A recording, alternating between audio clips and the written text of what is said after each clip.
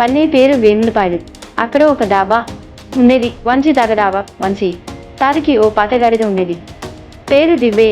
అది వయసు అయిపోయినా చాలా చక్కగా పనిచేస్తుండేది. అయితే తాత మనవడు సోముకి అది ఇష్టం ఉండేది కాదు. సోము పెద్దవాడయ్యాక డాబా చూసుకునే బాధ్యత తీసుకున్నాడు. అక్కడి సోము, ఇదేంటి తాత, ఈ పాత గాడిదతో ఇంకా మనం దుకాణం నడుస్తున్నామా? పట్టణానికి కొత్త బలమైన దారి తిప్పిద్దాం. ఈ దివ్వే నీటి టంకీకి కూడా వెళ్ళడం లేదు. తాతే నవ్వుతూ, దివ్వేకు బలం తక్కువైనా మన డాబాకి కొబ్బరికాయల ఓసారి దానిని విడిపించుకో చూడు. నీటి టంకీ దగ్గరికి వెళ్ళి మధ్యలో ఆగిపోయేది. సోము కొంత సిగ్గుతో తాత దగ్గరికి వెళ్ళాడు. తాత చెప్పాడు, భారీ బలమే కాదు బాబు, మనిషి లేదా జంతువు పని పట్ల ఉన్న నిబద్ధత ముఖ్యం. మళ్ళీ దివ్యతో డాబా పనులు తిరిగి సజావుగా అనడం మొదలయ్యి.